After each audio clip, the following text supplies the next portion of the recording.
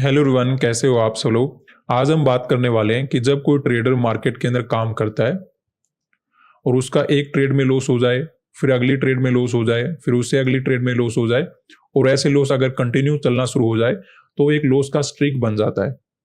तो उस लॉस के स्ट्रीक को हमें कैसे तोड़ना है उसके बारे में आज के दिन बात करने वाले हैं।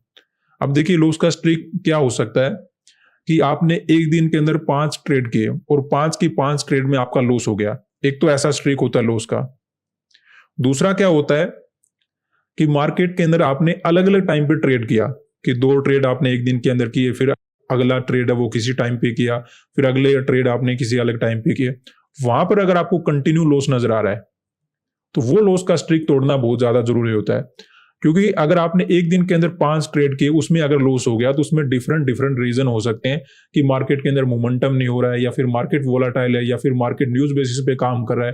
तो कुछ भी डिफरेंट डिफरेंट वहां पे सिचुएशन हो सकती है। तो उसमें तो समाधान क्या है कि आप जब अगले दिन के लिए काम करने के लिए आओगे तो वो सही हो जाएगा, तो उसमें ज्यादा चिंता करने वाली बात है नहीं। चिंता हमें कहाँ पे करनी है, जब हमें कंटिन्यू अलग अलग टाइम पे ट्रेड करने के बाद भी मार्केट के अंदर लॉस हो रहा है, कि आपने ट्रेड आज किया, लॉस हो गया, फिर अगले दिन ट्रेड किया, वहां पे भी लॉस हो गया, फिर अगले दिन आपने 2 ट्रेड किए, वहां पे भी लॉस हो गया।